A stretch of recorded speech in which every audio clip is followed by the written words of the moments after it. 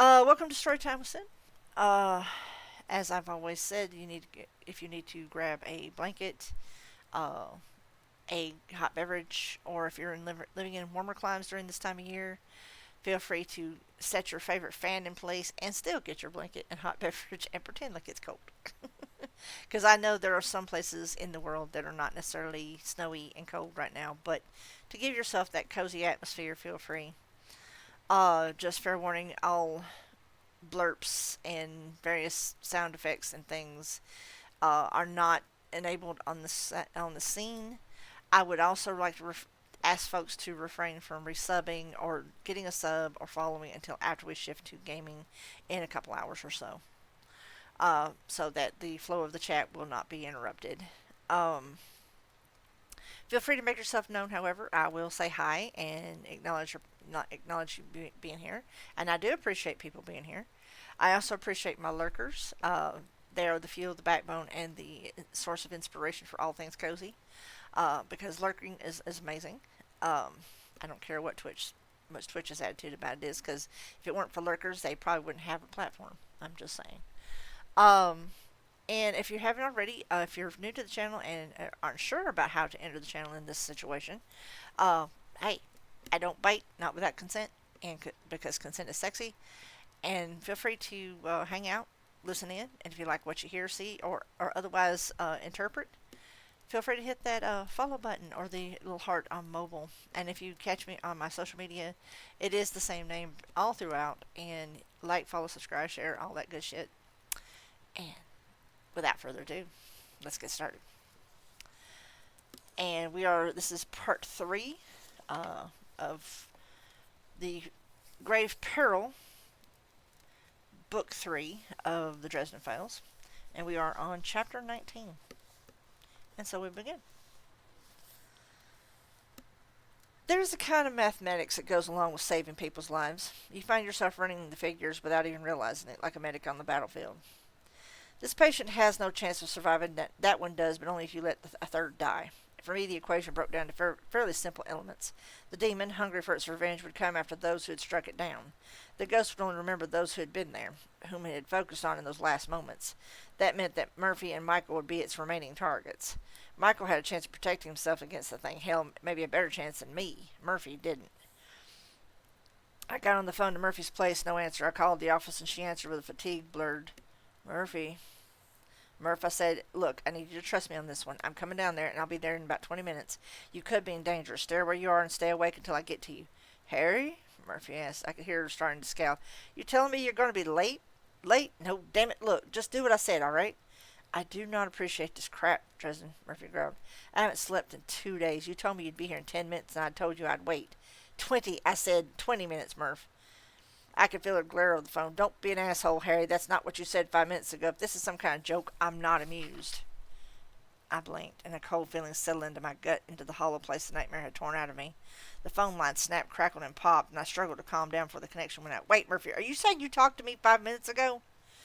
I'm about 2 seconds short of killing the next thing that pisses me off, Harry, and everything keeping me out of bed is pissing me off. Don't get added to the list.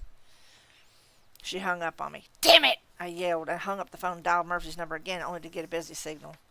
Something had talked to Murphy and convinced her she was talking to me. The list of things that could put on someone else's face was awfully long, but the probabilities were limited. Either another supernatural beastie had wandered onto the stage, or I gulped.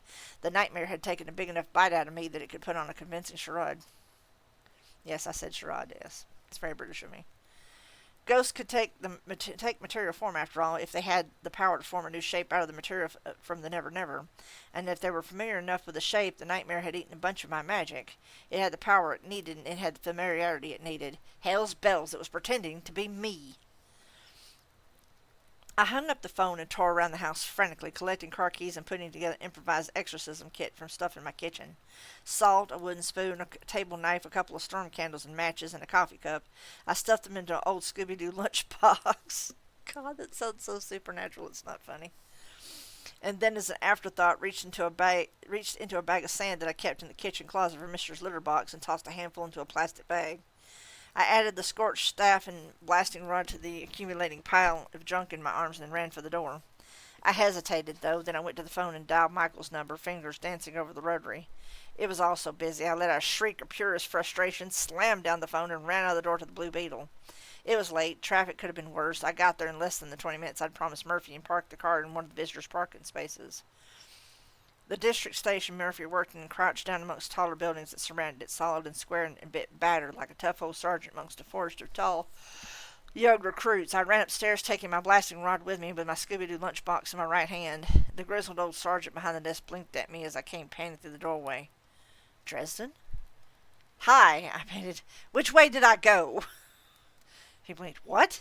Did I come through here a minute ago?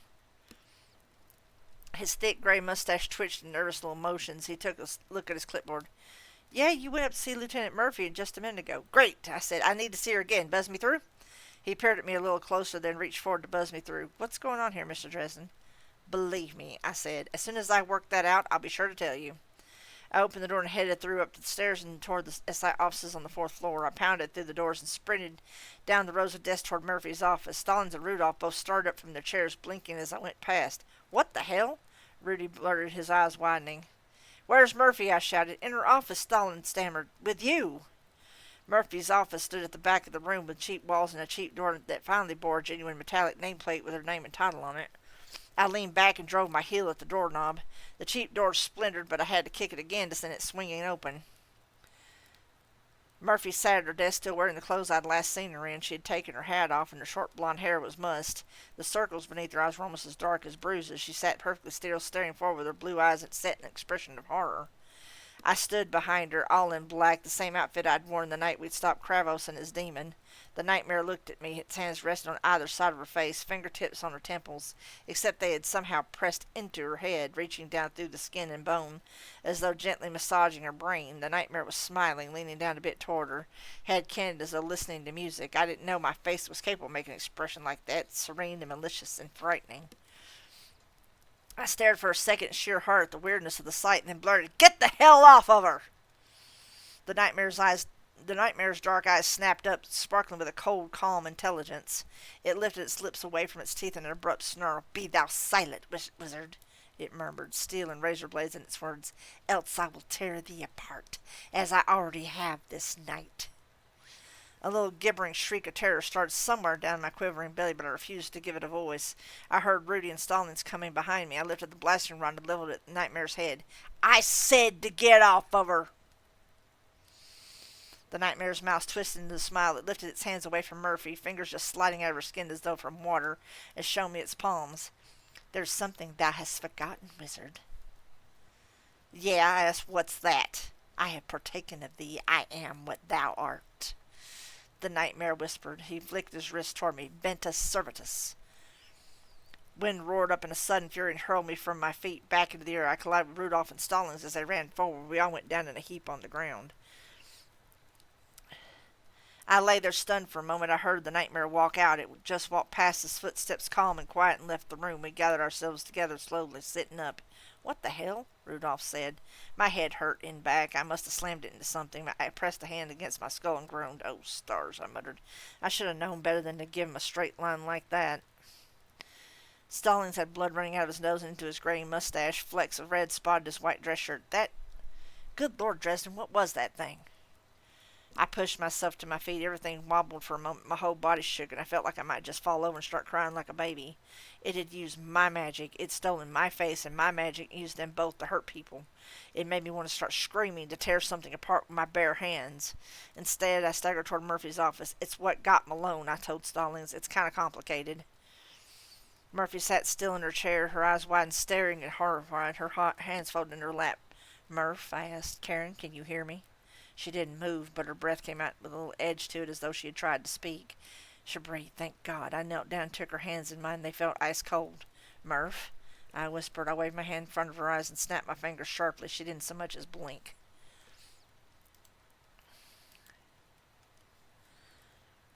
Rudolph's handsome face was pale. "I'll call downstairs, tell them not to let him out." I turned to go to the nearest phone and start calling down to the desk. I didn't bother to tell him that it wouldn't do any good. The nightmare could walk out through the walls if it needed to. Stallings joined me in the room, looking shaken and a little gray. He stared at Murphy for a long moment, then asked, "What is it? What's wrong with her?" I peered in her eyes. They were dilated wide. I braced myself and looked deeper into her eyes. When a wizard looks into your eyes, you cannot hide from him. He can see deep down into you, see the truest parts of your character, the dark places and the light. And you see him in return. Eyes are windows to the soul. I searched for Murphy behind all that terror and waited for the soul gaze to begin. Nothing happened. Murphy just sat there staring ahead, and the low breath rattled out, not quite making a sound, but I recognized the effort she was making for what it was. Murphy was screaming. I had no idea what she was seeing, what horrors the nightmare had set before her eyes, what it had taken from her. I touched her throat with gentle fingertips, but I couldn't feel the bone-chilling cold of the torment spell like the one upon Malone. At least there was that much, but if I couldn't see inside of her, then Murphy was in another place. The lights were on, but no one was home. This thing has messed with her head. I think it's making her see things that aren't here. I don't think she knows where she is, and she can't seem to move. Christ preserve, Stallings whispered. What can we do? John, I said quietly, I need you to pull the evidence files from the Kravos case. I need that big leather book that we found in his apartment. Stallings started and stared at me. You need what? I repeated my request. He closed his eyes. Jesus, Dresden, I don't know. I don't know if I could get it. There's been some stuff come up lately. I need that book, I said. The thing that's doing this is a kind of demon. Kravos will have that demon's name written down in his spell book. If I can get that name, I can catch this thing and stop it. I can make it tell me how to help Murph. You don't understand. It isn't going to be that easy for me. This has gotten complicated, and I'm not going to be able to just walk into storage and get the damn thing for you, Dresden. He studied Murphy with worried eyes. It could cost me my job. I set my Scooby-Doo lunchbox on the floor and opened it up. Listen to me, I said. I'm going to try to help Murphy. I need someone to stay with her until dawn and then take her back to her house, or better yet, to Malone's house. Why, Stallings asked, what are you doing? I think this thing is making her live through some messed up stuff like in a nightmare. I'm pretty sure I can stop it, but she'll still be vulnerable. So I'm going to set up a protection around her so that she'll be safe until dawn. Once morning rolled around, the nightmare would be trapped in whatever mortal body it possessed, or else would have to flee to the Never-Never. Someone will need to watch her in case she wakes up. Rudolph can do it, Stallings said and rose to his feet. I'll talk to him. I looked up at him. I need that book, John. He frowned, studying the ground in front of me. Are we going to be able to catch this thing, Dresden? We, meaning the police. I could hear that much in his voice. I shook my head. If I get the book for you, he said, can you help the lieutenant? I nodded at him. He closed his eyes and let out a breath. All right, he whispered. Then he walked out. I heard him talking to Rudolph a moment later. I turned back to Murphy, taking the plastic sack of sand out of the lunchbox. I got out a piece of chalk and pushed Murphy's chair back from the desk so that I could draw a circle around us both and wheel it closed. It took more effort than it usually did, leaving me dizzy for a second. I swallowed and began to gather up energy to focus it carefully and precisely as I could. It built slowly while Murphy continued to inhale and to exhale whispered screams. I put my hand on her cold fingers and thought about all the stuff we'd been through, the bond of friendship that had grown between us, good times and bad. Murph's heart had always been in the right place, and she didn't deserve this kind of torment. A great fury began to stir me, not some vaporous, swiftly dissipated flash of anger, but something deeper, darker, more calm, and more dangerous. Rage. Rage that this sort of thing should happen to someone as selfless and caring as Murphy. Rage that the creature had used my power, my face, to trick its way close to her and to hurt her. From that rage came the power I needed. I gathered it up carefully and shaped it with my thoughts into the softest edge spell I could conceive. Gently I sent the power coursing down my arm into the grains of sand I pinched between a single fingertip. Then I slowly lifted my arm, the spell holding in a precarious bounce as I sprinkled a bit of sand over each of her eyes. Dormius, dorme, I whispered. Murphy, dormius. Power coursed out of me, flowed down my arm like water. I felt it fall with the grains of sand. Murphy let out a long, shivering breath, and her staring eyes began to flutter closed. Her expression slackened. From horror to deep, silent sleep, and she slumped in her chair. I let out my breath as the spell took hold and bowed my head, trembling. I reached out and stroked my hand over Murphy's hair, and then I composed into something that looked a little more comfortable. Then I composed her into something that looked a little more comfortable. Down when there's no dreams, I whispered to her. Just rest, Murph. I'll nail this thing for you.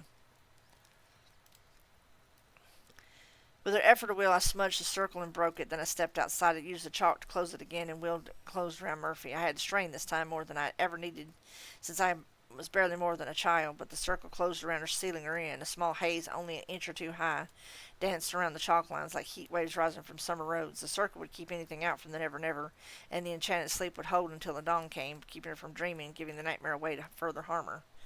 I shambled out of her office to the nearest phone. Rudolph watched me. Stallings wasn't in evidence. I dialed Michael's number. It was still busy. I wanted to crawl home and drop a sleep spell on myself. I wanted to hide somewhere warm and quiet and get some rest, but the nightmare was still out there. It was still after its vengeance. After Michael, I had to get to it, find it, stop it, or at least warn him. I put the phone down and started gathering up my stuff. Someone touched my shoulder. I looked up at Rudolph. He looked uncertain, pale. You better not be a fake, Dresden, he said quietly. I'm not really sure what's going on here, but so help me God if something happens to the lieutenant because of you. I studied his face numbly and then nodded. I'll call back for Stallings. I need that book. Rudolph's expression was serious, earnest. He'd never much liked me anyway. I mean it, Dresden. If you let Murphy get hurt, I'll kill you. Kid, if anything happens to Murphy because of me, I said, I think I'll let you. Give me a sec.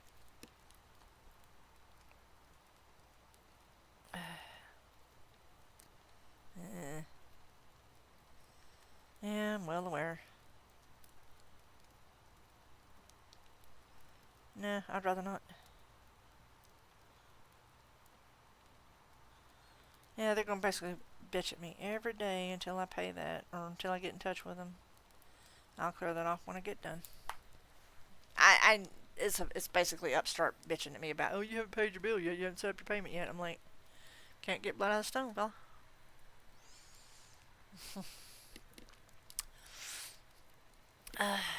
Sorry, I had to take a drink. Take a drink.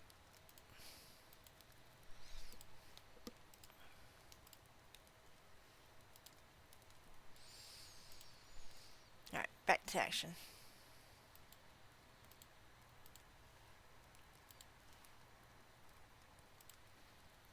Chapter 20. I wouldn't have thought you could find a peaceful suburbanish neighborhood in the city of Chicago. Michael had managed, not too far from west of Wrigley Field. Ancient old trees lined either side of the street in stately splendor. The homes were mostly old Victorian affairs, restored after a fluctuating economy and a century of wear and tear that had reduced them to trembling fire traps.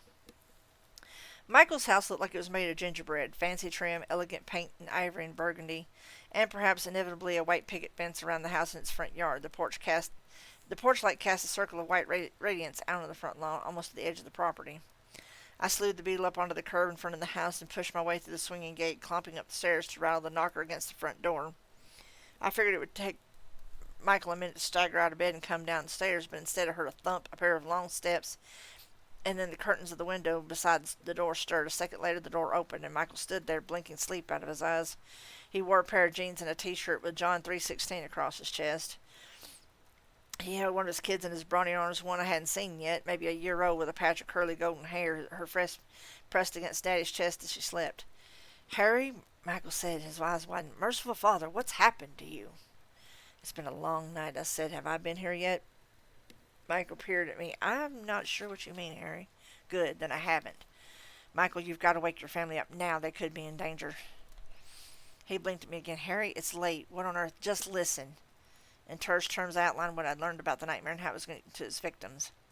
Michael stared at me for a minute. Then he said, let me get this straight. The ghost of a demon I killed 2 months ago is rampaging around Chicago, getting into people's dreams and eating their minds from the inside. Yeah, I said. And now it's taken part of you, manifested a body so it looks like you, and you think it's coming here. Yes, I said, exactly. Michael pursed his lips for a moment. Then how do I know that you aren't this nightmare trying to get me to invite you in? I opened my mouth, closed it again, and then said, either way, it's better if I stay out here. Charity would probably gouge out my eyes for showing up at this hour. Michael nodded. Come on in, Harry. Let me put the baby to bed. I stepped inside into a small entry hall with polished hardwood floor. Michael nodded toward his living room to the right and said, sit down. I'll be back in a second. Michael, I said, you should wake your family up. You said this thing is in a solid body, right? It was a few minutes ago. Then it's not in the never never. It's here in Chicago. It can't get into people's dreams from here. I don't think so, and it's going to be after the people who were near it when it died. It's going to come after me. Now I'm going to have to save that one, so I may have to make a pause. I chewed on my lip for a second, and I said, it's got a part of me in it, too. Michael frowned at me. If I was going to come after you, Michael, I said I wouldn't start with you. He looked down at the child he carried. His face hardened, and he said in a very soft voice, Harry, sit. I'll be down in a moment. I'll see to it. He said in that same soft, gentle voice. It scared me. I sat down. He took the child, walking softly, and vanished up a stairway. I sat for a moment in a big, comfortable easy chair, the kind that rocks back and forth. There was a towel and a half-emptied bottle off to my left. On the lamp table, Michael must have been rocking the little girl to sleep. Beside the bottle was a note. I leaned forward and picked it up, reading, Michael, I didn't want to wake you and the baby. The little one is demanding pizza and ice cream. I'll be back in a few minutes. Probably before you wake up and read this. Love, Charity. I stood up and started toward the stairs. Michael appeared at the top of them, his face pale. Charity, he said, she's gone. I held up the note. She went to the store for pizza and ice cream. Pregnant cravings, I guess. Michael came down the stairs and brushed past me. Then he reached into the entry hall closet, pulled out a blue Levi's jacket and Amaratius in its black scabbard. What are you waiting for, Harry? Let's go find her. But your kids. Michael rolled his eyes, took a step to the door, and jerked it open without looking away from me. Father Forehill stood on the other side, his thinning hair wind-blown, his bright blue eyes surprised behind wire-rimmed spectacles. Oh, Michael, I didn't mean to stop by so late, but my car stalled only a block from here on the way back from taking Mrs. Hamish home, and I thought I might borrow... He paused, looking from me to Michael and then back to me again. You need a babysitter again, don't you? Michael shrugged into his jacket and slung the sword belt over his shoulder. They're already asleep. Do you mind? Father Forehill stepped in. Never. He made the cross over each of us again and murmured, God go with you. We started out of the house to Michael's truck. You see, Harry? I scowled. Hand fringe benefit. Michael drove the big white truck, rumbling down the local streets toward a corner grocery on Byron Street within a long sprint of the famous Graceland Cemetery. The lowering clouds rumbled and started dumping a steady, heavy rain down into the city, giving all the lights golden halos and casting ghostly reflections on the wet streets. This time of night, Michael said, Walsham's the only place open. She'll be there. Thunder rumbled again in growling punctuation to the statement. I drummed my fingers on my scorched staff and made sure that my blasting rod was hanging loosely by its thumb around my wrist. There's her van, Michael said. He pulled the truck up to the row of parking spots in front of the grocery next to the white suburban troop transport. He barely took the time to take his keys with him, instead of just snatching out the Amaratius and loosening the great blade in its sheath. As he strode toward the store's front, his eyes narrowed, his jaw set. The rain pasted his hair down to his head after a few steps, soaking his Levi's jacket dark blue. I followed him, wincing at the damage to my leather duster and reflecting on the old canvas job that could have fared better in this weather. Michael slammed the heel of his hand to the door, and it swept open with a jangling of tinny bales. He strode to the store, swept his eyes around the visible displays in the cash registers, and then bellowed, Charity, where are you? A couple of teenage cashiers blinked at him, and an elderly woman perusing the volumes turned to gawk at him through her spectacles. I sighed and then nodded to the nearest cashier, a too skinny, too blonde girl who looked as though she were impatient for a cigarette break. Hi. Did you see me come in here a minute ago? Or a pregnant woman, Michael said, about this high. He stuck his hand out flat about the level of his own ear. The female cashier traded a look with her counterpart. Seen you, mister? I nodded. Another guy like me, tall, skinny, all in black, jacket like mine, but all black clothes underneath. The girl licked her lips and gave us a calculating look. Maybe I have, she said. What's in it for me?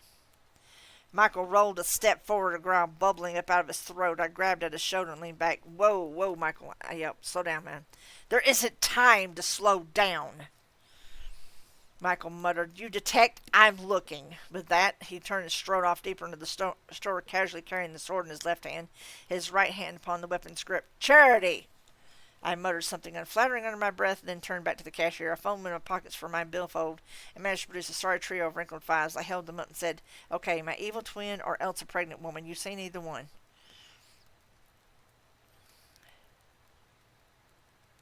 The girl looked at the bills and then back at me and rolled her eyes, and she then leaned out from her counter and plucked them from my hands. Yeah, she said. She went down aisle 5 a few minutes ago, back toward the freezer section. Yeah, and I asked, then what? She smiled. What, is this your brother or something running around with your woman? Am I going to see this on Larry Fowler tomorrow? I narrowed my eyes. It's complicated, I said. What else did you see? She shrugged. She paid for some stuff and went to that van out there. It wouldn't start. I saw you or the guy that looks like you come up to her and start talking to her. She looked pretty pissed at him, but she walked off with him. I didn't think anything about it. My stomach gave a little lurch. Walked off, I said. Which way? The cashier shrugged. Look, mister, she just looked like she was getting a ride somewhere. She wasn't fighting or nothing. Which way? I thundered. The cashier blinked and her jaded exterior wobbled for a moment. She pointed down the street toward Graceland. Michael, I shouted, come on! Then I turned around and banged my way back outside into the rain and the dark. I stopped at Charity's van for a second and tapped on the hood. It wobbled up without resistance to reveal a mess of torn wires and shredded belts and broken pieces of metal. I winced and shielded my eyes from the rain, trying to scan down the street toward the cemetery. In the far distance, just barely, I saw two figures, one ungainly with long hair. The other stood tall over her, slender, walking toward the cemetery, holding her firmly by the hair. They vanished into the shadows at the base of the stone wall around Graceland. I gulped and looked around. "Michael!" I shouted again. I peered at the groceries windows, but I couldn't see him anywhere. "Damn it!" I said and kicked the front bumper of the van. I was in no shape to go after the nightmare on my own, and it was full of power it had stolen from me. It had the booga booga factor going for it, and it had my friend's wife and unborn child as hostages. Hell's bells. All I had was a headache, an hourglass quickly running out of sand, and a case of the shakes. Chicago's biggest cemetery on a dark, rainy night when the border between here and the spirit world was leaking like a sieve. It would be full of spooks and crawlies, and I would be alone. Yeah, I muttered, that figures. I sprinted for the darkness into which I had seen the nightmare disappear with Charity. I know there's an ad break going on, and I apologize for not finishing that in time, but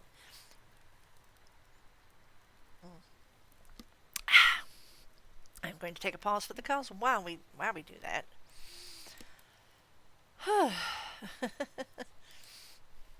I just love the. It didn't even write out to me. That's nice. Um, um,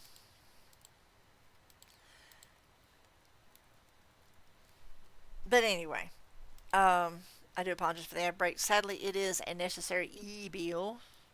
Ooh, I would like to get that collector's edition. That would be kind of nice.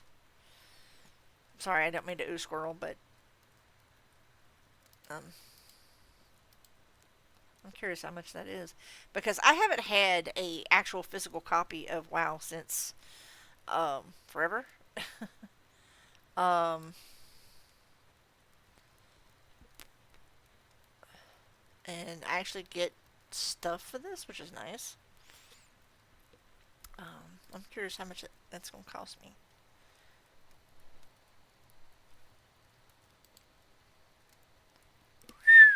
$140. Oh Lord. But shiny. I get physical stuff. Ooh. Yeah, there's gonna be some stuff that's going on my wish list. I ain't gonna lie to you. I ain't gonna hold you, cause oh my gosh. Okay. I want that. Yes, but $140. Yikes. Well, I mean, if you're gonna get like an art book and actual physical stuff, I get it. 140 bucks. Well, Trav, if you're listening, that would be an awesome Christmas gift. I mean, what? I didn't say that. Yeah, he ain't gonna blow $140 on me. That ain't gonna happen. Anyway, back to the story. uh, Chapter 21. I've done smarter things in my life. Once, for example, I threw myself out of a moving car in order to take on a truckload of lycanthropes single-handedly. That had been nominally smarter. At least I'd been fairly certain that I could kill them if I had to at the time, which put me one step ahead of where I was now. I'd already killed the nightmare, or helped to kill it at least. Something about that just didn't seem fair. There should be some kind of rule against needing to kill anything more than once. Rain fell in sheets rather than drops, sluicing down in my eyes. I had to keep on wiping my brow, sweeping the water away, only to have it fill my vision again. I started to give serious thought to what it might be like to drown right there on the sidewalk. I cut across the street toward the cemetery fence. 7 feet of red brick, the fence rose in a jagged stair-step fashion every 100 feet or so, keeping up with the slow slope of the street along its southern perimeter as it moved west. At one point, a gaping slash of darkness marred the fence's exterior, and I slowed as I approached it. The bricks had been torn like paper and lay in rubble 2 feet deep around the hole in the wall. I tried to peer beyond it and saw only more rain-green grass and shadows of the trees cast over the carefully tended grounds. I paused outside of the graveyard. A dull, restless energy pressed against me like when weariness and caffeine mix around 3:30 in the morning. It rolled against my skin, and I actually heard whispering voices through the rain, dozens and hundreds of whispers, ghostly as susurrance. I've never heard that word before. Interesting. I put my hand on the wall.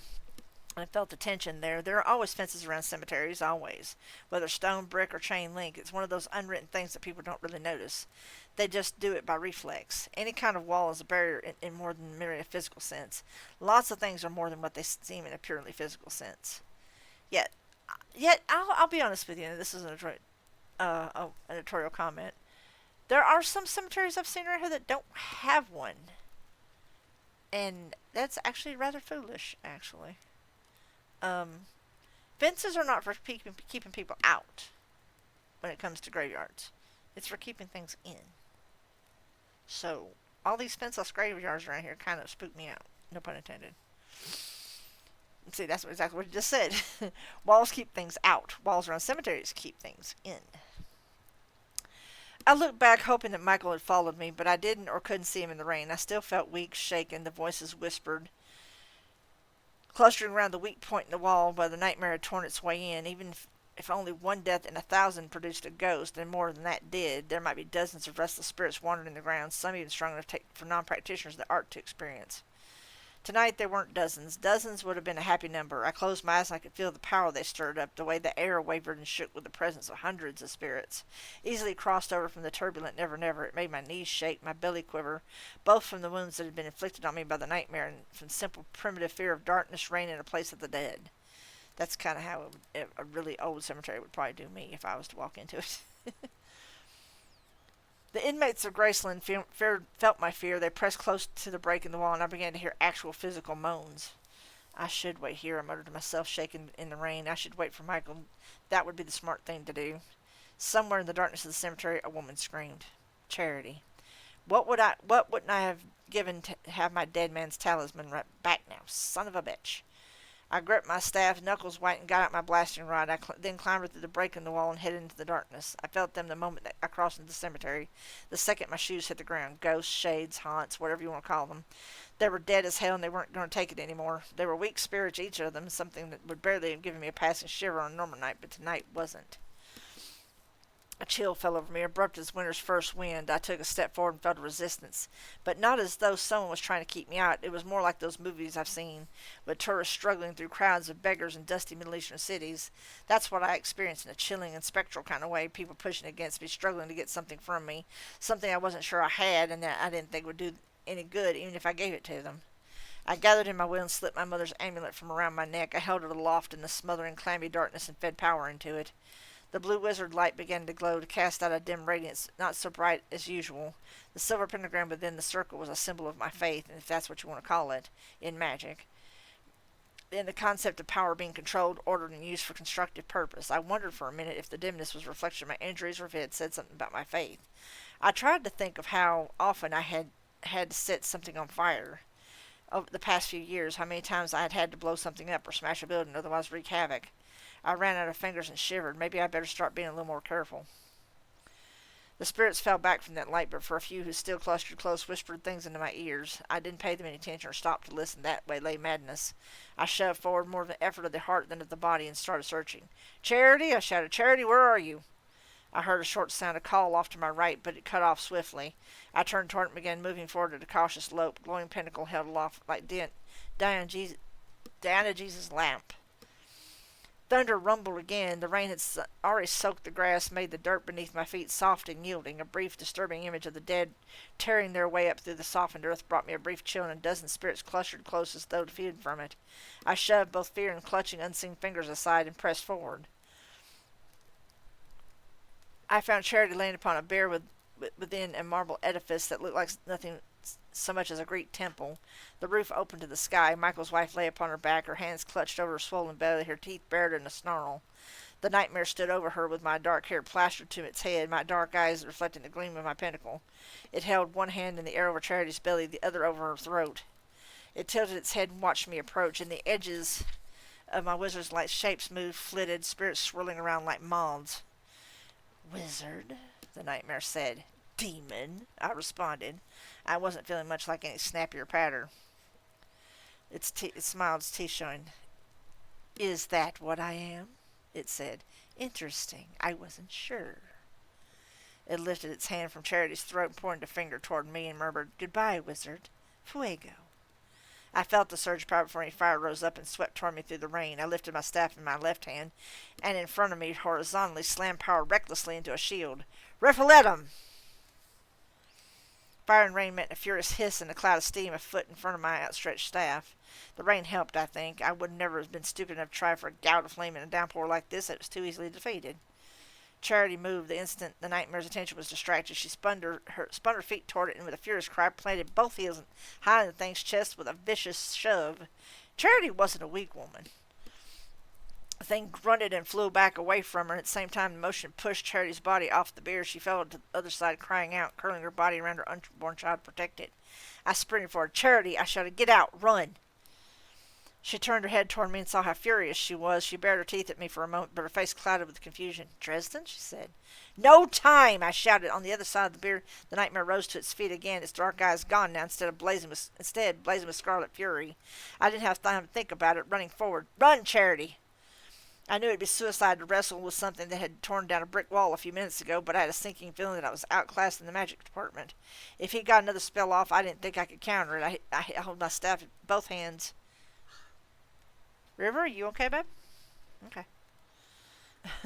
Sorry. Planted it at the base of the bier and vaulted up, swinging my feet toward the nightmare's face. I had speed and surprise on my side. I hit it hard and staggered back. My staff spun out of my hands and my hip struck painfully on the edge of the bier and scraped along my ribs as I continued forward, riding the thing into the marble flooring. My concentration was gone. The blue wizard light died out and I fell in darkness. I hit the ground with a wheeze, scrambled back. If the nightmare got a hold of me, that would be it. I had just reached the edge of the bier when something seized my leg right below my knee, a grip like an iron band around me, and I struggled to draw myself back, but there was nothing to grab onto but rain-slick marble.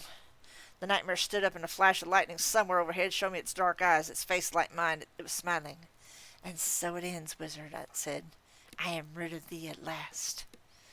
I tried to get away, but the nightmare simply whirled me in my one leg, whipping me into a circle in the air. Then I flew upwards and saw one of the columns coming toward me. Then there was a flash of light and a sharp pain in the center of my forehead. The impact with the ground came as secondary sensation, relatively pleasant compared with the first.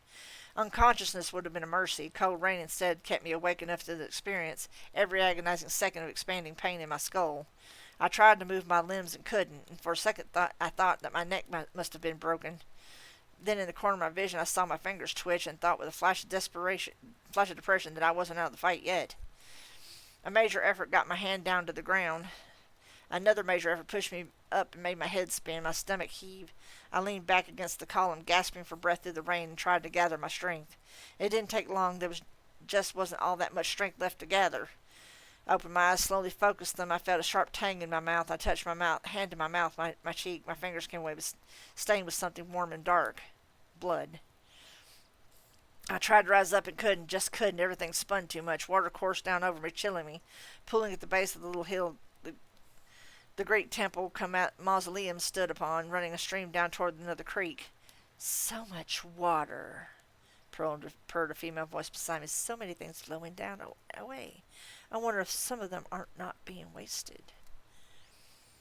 I rolled my head enough to see my godmother standing beside me in her green dress. Leah's skin had evidently recovered from the ghost stunts that dumped upon her and Agatha Hagglethorne's Demoscene.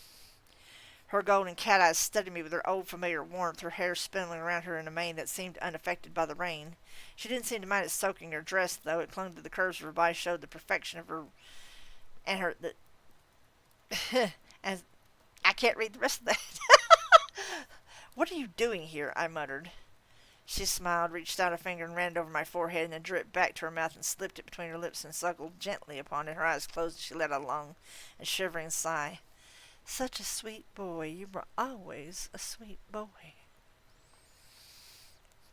I tried to push myself to my feet and couldn't. Something in my head seemed broken. She watched me with that same benign smile. Thy strength is fading, my sweet. Here in the place of the dead it may fail thee altogether. This isn't the never-never godmother, I rasped. You don't have any power here. She pursed her lips in what would have been a seductive pout on a human. My blood had stained them even darker. My sweet, you know it is not true. I simply only have what I am given here, what I have fairly traded for. I bared my teeth at her. So you're going to kill me, then?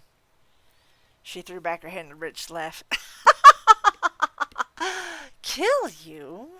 I never intended to kill you, my sweet, barring moments of frustration. Our bargain was for your life, not your death. One of the hounds appeared out of the darkness and crouched beside her, fastening its dark eyes upon me. She laid a fond hand upon its broad head, and it shivered in pleasure. I felt myself grow colder at that, staring at the hound. You don't want me dead, you want me I couldn't finish the sentence. Tamed, Leah smiled. She scratched the dog's ears fondly. But not like this. Her mouth twisted into a contemptuous smirk. Not as you are. Pathetic. Really, Harry, allowing yourself to be eaten. So, Justin and I taught you better than that. Somewhere close, Charity shouted again. Thunder rolled overhead. I groaned and struggled to push myself up. Leah watched me through golden cat-slitted eyes, interested and uncaring. I managed to get to my feet. My back and most of my weight leaning against the column in the rain. I could dimly see Charity on her knees. The nightmare stood over her, one hand clutching her hair. The other, that pushed the other toward her head. She fought it, uselessly shuddering in the rain. Its fingers sunk into her skull, and Charity's struggles abruptly ceased. I groaned and pushed myself forward to get closer to do something. Everything spun around and I fell to the earth again, hard. Sweet boy, Leah sighed. Poor child. She knelt down beside me again and stroked my hair. It felt nice through my nausea and pain. I think the nausea and pain definitely cut down on the seductive potential of it, though. Would you like me to help you? I managed to look up at her lovely face. Help me, I asked. How? Her eyes sparkled. I can give you what you need to save the White Knight's lady. I stared up at her. All the pain and terror and stupid rainy cold made me ache horribly. I heard Charity whimper. I'd tried. Damn it, I had done my best to help the woman. She didn't even like me. It wasn't my fault she died, right? I had done everything in my power. Hadn't I?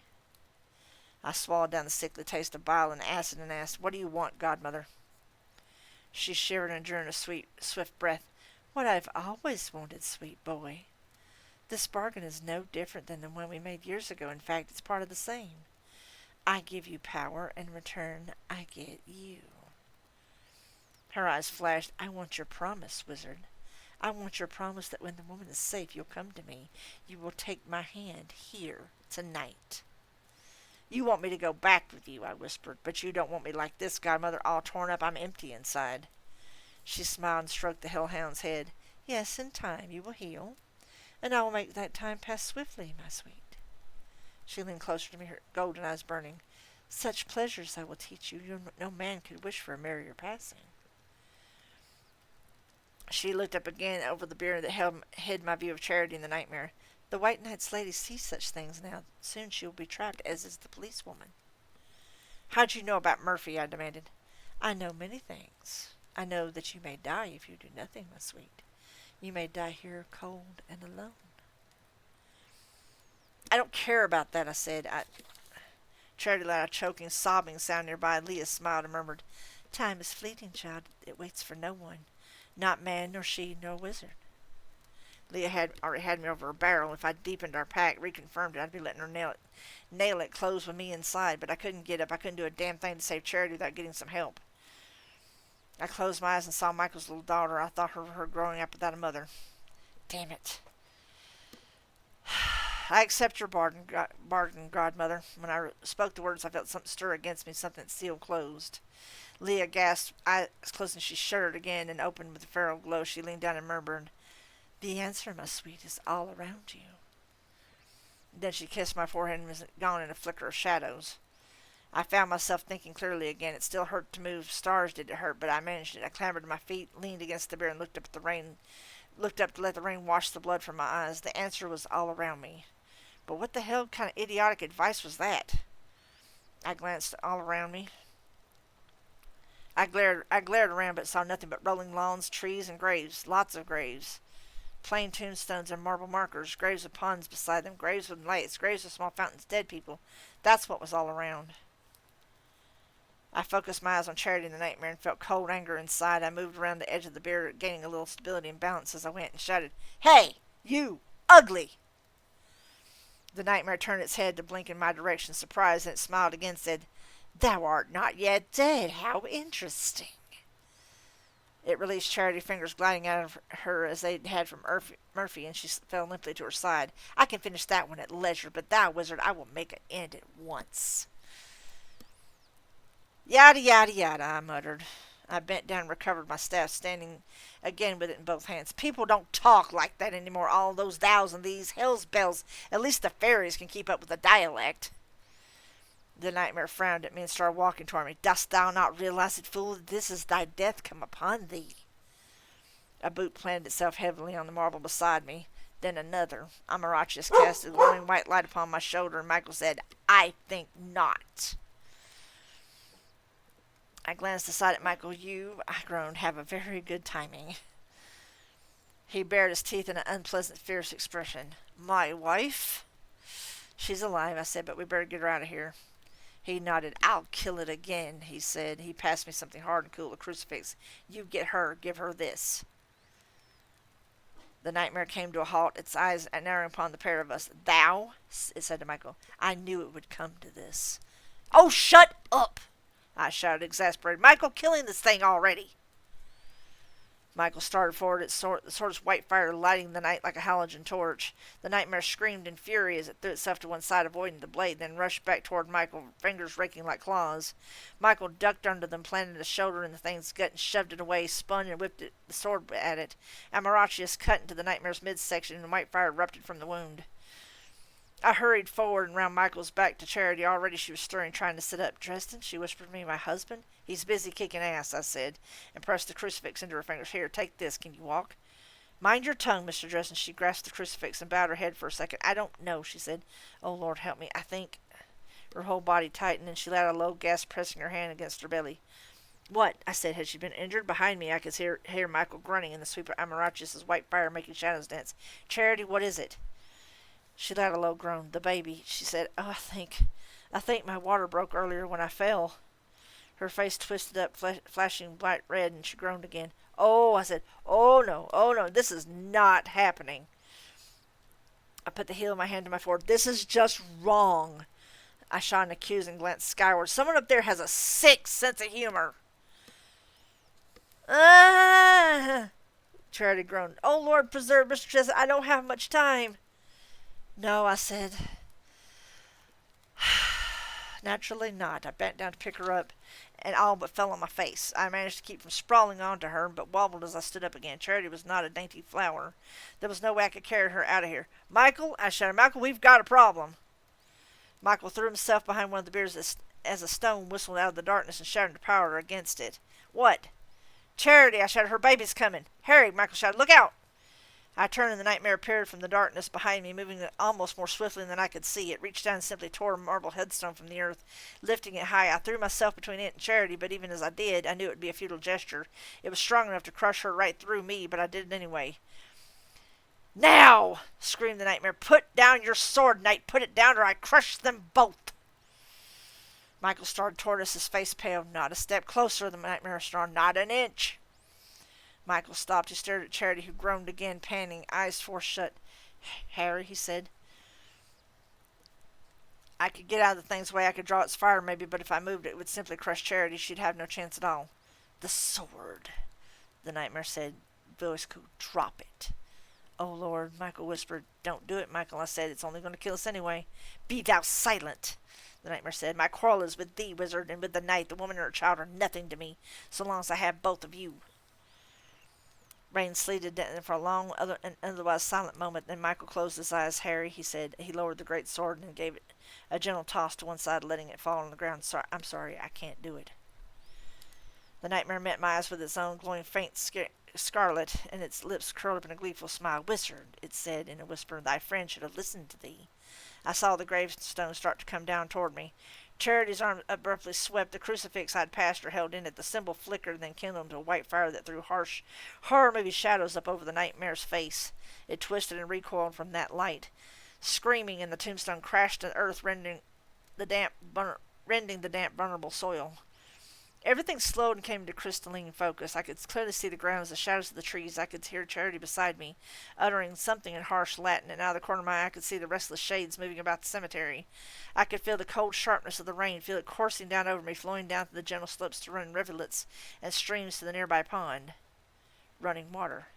The answer was all around me. I moved forward toward the nightmare. It swung at me with one flailing arm, and I felt it clip my shoulders. It swept down. Then I threw myself into the nightmare's body, hit it hard, and we tumbled together down the slope toward the newly forming stream. You ever hear the legend of Sleepy Hollow? Remember the part where poor old Ichabod, riding like blazes for the covered bridge in safety? Running water grounds magical energies. Creatures of the never-never spirit bodies cannot cross it without losing all energy required to keep those bodies here. That was the answer. I rolled down the slope with the nightmare and felt its hands tearing at me. We went down to the stream together as one of its hands clenched my throat and shut off my breath. Then it began to scream. It jerked and twisted atop me in the 8 or 9 inches of running water, shrieking. The thing's body just started melting away like sugar in water. Starting at its feet and moving up, I watched it. I watched myself dissolve with a morbid kind of fascination. It writhed, it bucked, it thrashed. "Wizard," it said, voice bubbling, "this is not over, not over. When the sun sets again, wizard, I'll be back for thee." "Oh, melt already," I mumbled, and seconds later the nightmare vanished, leaving only sticky goop behind on my coat, my throat. I stood up out of the water, drenched and shivering. I slogged my way back up the little hill. Michael had gone to his wife and crouched down beside her. He got his arms underneath her and lifted her as though she was a basket of laundry. Like I said before, Michael's buff. "Harry," he said, "the sword." "I got it," I replied. I trudged up to where he left Amarashi's fall and picked it up. The great blade weighed less than I would have thought, and it fairly hummed with power, vibrating in my fingers. I didn't have a sheath for it, so I slung it up on one shoulder and hoped I wouldn't fall and cut my own head off or something. I recovered my other stuff too and turned to walk out with Michael. That was when Leah arrived, appearing before me with a trio of her hellhounds around her. "My sweet," she said, "it's time for you to fulfill your bargain." I yelped and jumped back for her. "No," I said. "No, wait. I beat this thing, but it's still loose. It will be able to come back from the Never Never tomorrow night." "That is no concern to me," Leah said, and shrugged. "Our bargain was for you to save the woman with what I gave you." "You didn't give me anything," I said. "You just blanked out some of the pain. It isn't as though you made the water, godmother." She shrugged, smiling. "Semantics. I pointed it out to you, did I not?" "I would have realized that on my own," I said. "Perhaps, but we have a bargain." She lowered her face, eyes gleaming gold and dangerous. "Are you going to attempt to escape it once more?" I'd given my word, and broken promises add up to trouble, but the nightmare hadn't been defeated. Driven back, sure, but only be back the next night. "I'll go with you," I said, "when I've beaten the nightmare." "You'll go now," Leah smiled, "this instant, or pay the price." The three hellhounds took a pace toward me, burying their teeth in a silent snarl. I fumbled everything out of my grasp but the sword and gripped it tightly. I don't know a thing about broadswords, but it was heavy and sharp, and even without its vast power, I was pretty sure I could stick the pointy part into one of those hounds. "I can't do that," I said. "Not yet." "Harry," Michael shouted, "wait, it can't be used like that." One of the hounds leapt toward me, and I lifted the blade. Then there was a flash of light and a jolt of pain that lanced through my hands and arms. The blade twisted in my grasp, fell out of it, and spun to the ground. The hellhound snapped at me, and I stumbled back, my hands gone numb and useless. Leah's laughter rang out through the graves like silver bells. "Yes!" she caroled, stepping forward. She bent and with a casual motion picked up the great sword. "I knew you would try to cheat me again, sweet boy." She smiled at me, a flash of dainty canines. "I must thank you, Harry. I would have never been able to touch this had not the one who held it betrayed its purpose."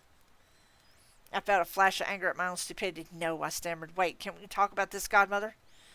"We'll talk again, sweet boy. I'll see you both very soon." Leah laughed again, her eyes gleaming. Then she turned, her hellhounds gathering her feet, and took a step forward, vanishing into the night. The sword went with her. I stood there in the rain, feeling tired and cold and stupid. Michael stared at me for a second, his expression shocked, eyes wide. Charity curled against him, shuddering and moaning quietly. "Harry," Michael whispered. I think he was crying, but I couldn't see the tears in the rain. "Oh, my God, what have you done?"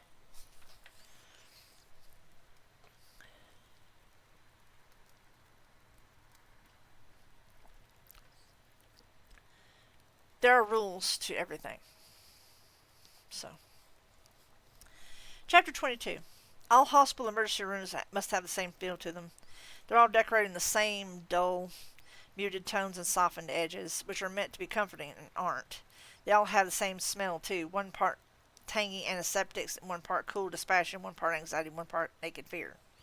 They wheeled Charity away, Michael at her side. Triage being what it is, I got bumped to the front of the line. I felt like apologizing to the 5-year-old girl holding a broken arm. "Sorry, honey. Head trauma before fractured limbs." The doctor who examined me wore a nameplate that read Simmons. She was broadly built and tough-looking, hair going gray in sharp contrast to her rich, dark skin. She sat down on a stool in front of me and leaned over, putting her hands on either side of my head. They were large, warm, and strong. I closed my eyes. "How are you feeling?" she asked, releasing me after a moment, reaching for some supplies on the table next to her. "Like a supervillain just threw me into a wall." She let out a soft chuckle. More specifically, are you in pain, dizzy, nauseous? Yes, no, and a little. You hit your head? Yeah. I felt her start to daub at my forehead with a cool cloth, cleaning off grime and dried blood, but though there wasn't much left thanks to the rain. Well, there's some blood here. Are you sure it's yours? I opened my eyes and blinked at her. Mine. Who else could it be? The doctor lifted an eyebrow at me, dark eyes glittering from behind her glasses. You tell me, Mr. She checked her charts. Dresden. She frowned and peered at me. Harry Dresden? The wizard? I blinked. I'm not really famous, despite being the only wizard in the phone book. I'm more infamous, and people don't tend to spontaneously recognize my name. Yeah, that's me. She frowned. I see. I've heard of you. Anything good? Not really. She let it across the side.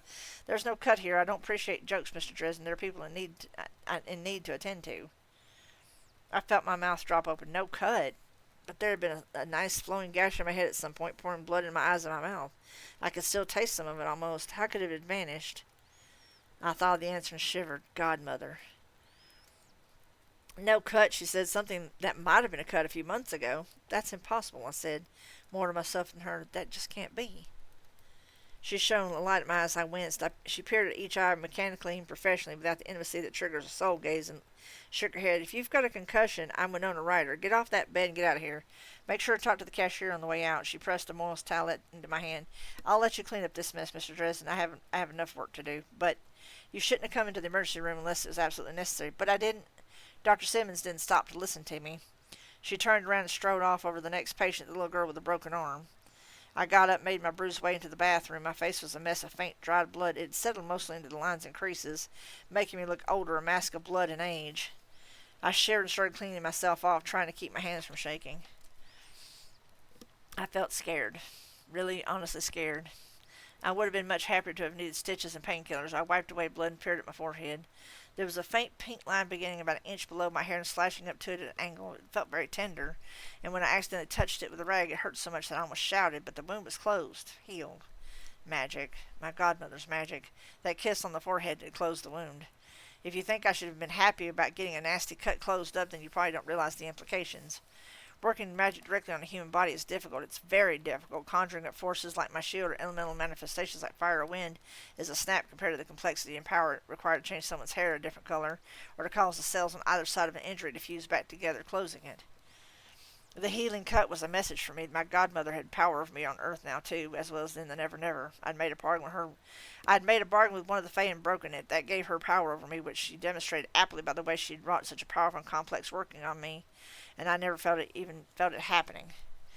That was the part that scared me. I'd always known that Leah outclassed me. She was a creature with 1,000 years or more of experience, knowledge, and she had been born to magic like I'd been born to breathing. So long as I remained in the real world, though she had no advantage over me, our world was a foreign place to her just as hers was to me. I'd had the home field advantage. Had being the operative word. Had. Hell's bells.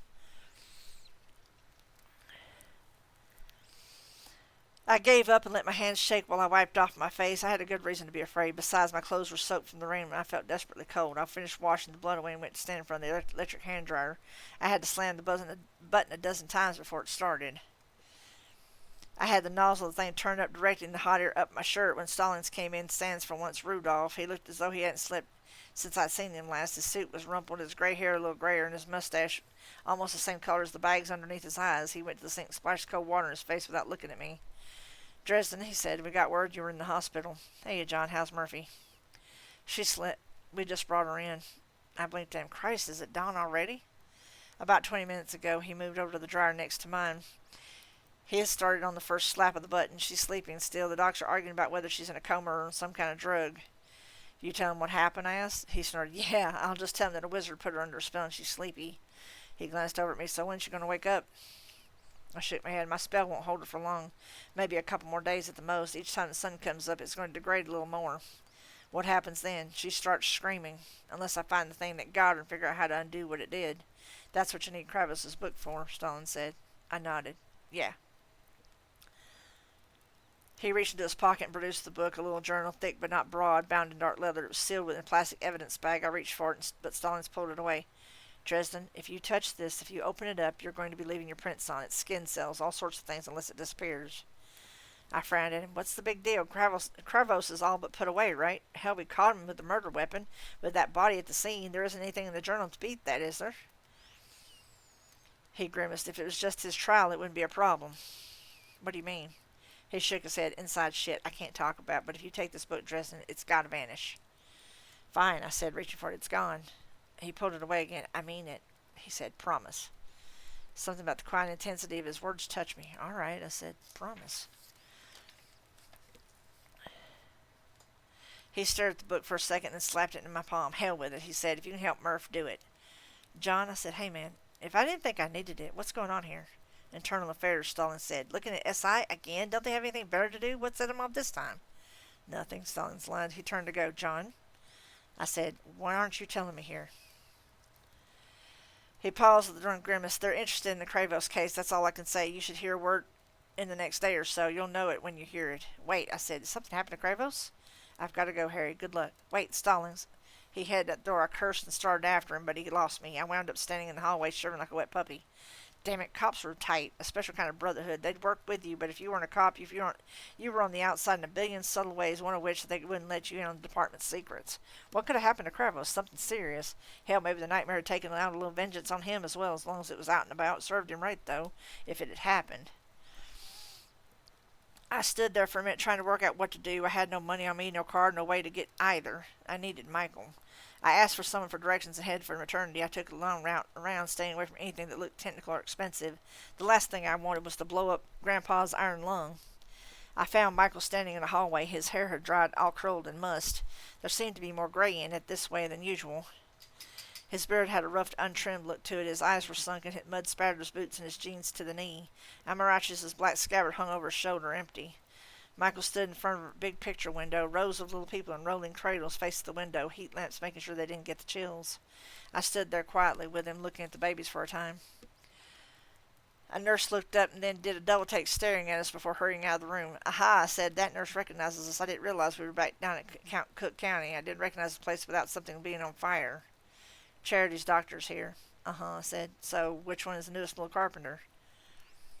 Michael remained silent. I got a sick little feeling, glanced aside at him. Michael? When he spoke, his voice was exhausted, numb. The labor was complicated. She was cold. Might have been getting sick with something. Her water did break back at the graveyard. I guess it makes it a lot harder on the baby. I just listened to him feeling sicker. They had to go ahead and do a C-section, but they think there might be damage. She got hit in the stomach at one point, they think. They don't know if she'll be able to have children again. The baby? Silence. Michael? He stared at the infants and said, the doctor says that if he lasts 36 hours he might have a chance, but he's weakening. They're doing everything they can. Tears started at his eyes and rolled down his cheeks. There were complications. Complications. I tried to find something to say, but couldn't. Damn it, tired frustration stirred my already unsteady belly. This shouldn't have happened. If I'd been faster or smarter or made better decisions, maybe if I could have stopped Charity from getting hurt. Or the baby. I put my hand on Michael's shoulder and squeezed it tight, just trying to let him know I was there for all the good it had done. He took in a breath. The doctor thinks I beat her. That's how she got the bruises. He never said anything, but... Oh, that's ridiculous, I said at once. Stars and stones, Michael, that's the stupidest thing I ever heard. His voice came out hard, bitter. He stared at his faint reflection in the glass. It might as well have been me, Harry. If I hadn't gotten myself involved, this demon wouldn't have gone after her. I heard his knuckles popped as he clenched his fist. It should have come after me. You're right, I said. Holy hell, Michael, you're right. He shot me a look. What are you talking about? I rubbed my hands together, trying to sort through the ideas flashing across my brain in neon lights. It's a demon, this thing we're after, right? It's a demon's ghost. An orderly walking by, pushing a tray, gave me an odd look. I smiled at him, feeling rather manic. He hurried along. Yes, Michael said. Demons are tough, Michael. They're dangerous and they're scary, but they're really kind of clueless in a lot of ways. How so? They just don't get it about people. They understand things like lust and greed and the desire of power, but they don't get things like sacrifice and love. It's alien to most of them. It doesn't make any sense at all. I don't understand what you're driving at. Remember what I said about how I knew the worst way to get to you would be through your family? His frown darkened, but he nodded. I know that because I'm human. I know what it's like to care about someone other than myself. Demons don't, especially the thug-type demons who make pacts with two-bit sorcerers like Kravos. Even knowing that I thought the best way to get to you would be through someone close to you, I don't think a demon would have understood the context of that information. So what you're saying is that this demon would have had no reason to go after my wife and child. I'm saying it's inconsistent. If it was just a question of a demon's ghost going after the people who killed it, then it should have just hammered on all of us until we died and been done with it. I don't think it ever would have occurred to it to take a shot at someone that we care about, even if it did have my knowledge about you. There's got to be something else going on here. Michael's eyes widened a bit. The nightmare is a cat's paw, he said. Someone else is using it to hit at us. Someone who can cast those barbed wire torment spells, I said, and we've been chasing around after the tool instead of going after the hand that's wielding it. Blood of God, Michael swore. It was about the second most powerful oath to use. Who could it be? I shook my head. I don't know. Someone who has us both in common, I guess. How many enemies do we share? He wiped his eyes on his sleeve, expression intent. I'm not sure. I've made enemies with pretty much every creature in the country. Ditto, I said morosely. Even some of the other wizards wouldn't mind seeing me fall down a few flights of stairs. Not knowing our attacker's identity doesn't bother me as much as something else, though. Why's that? Why hasn't he taken us out already? They want to hurt us first. Vengeance, his brow beetled. Could your godmother be behind this? I shook my head. I don't think so. She's a fairy. They aren't usually this methodical or organized, and they aren't impatient either. This thing's been active every night like it couldn't wait to get going. Michael looked at me for a moment, then he said, Harry, you know that I don't think it's my place to judge another person. I hear a but coming. He nodded. But how did you get mixed up with the likes of that fairy? She's bad, Harry. Some of them are merely alien, but this one's malevolent. She enjoys causing pain. Yeah, I said. I didn't exactly pick her. Who did? I shrugged. My mother, I think. She was the one with the power. My father wasn't a wizard, wasn't into their world.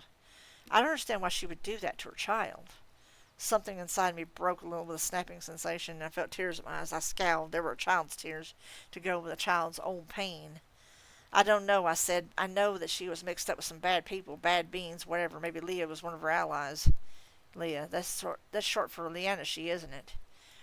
Yeah, I don't know her real name. She takes blood from mortals and gives them inspiration in return, artists and poets and things. That's how she amassed most of her power. Michael nodded. I've heard of her, the sparking you have with her. What is it? I shook my head. It isn't important. Something shifted and Michael became harder, more resolute. It is important to me, Harry. Tell me. I stared at the babies for a minute before I said, I was a kid. Things fell out with my old teacher, Justin. He sent a demon to kill me, and I went on the run. I made a bargain with Leah, enough power to defeat Justin in exchange for my service to her and my loyalty. And you broke faith with her, more or less. I shook my head. She never pushed it before now, and I've been very careful to stay out of her way. She doesn't usually get this involved in mortal business. Michael moved his hand to Amarash's empty scabbard. She did take the sword, though.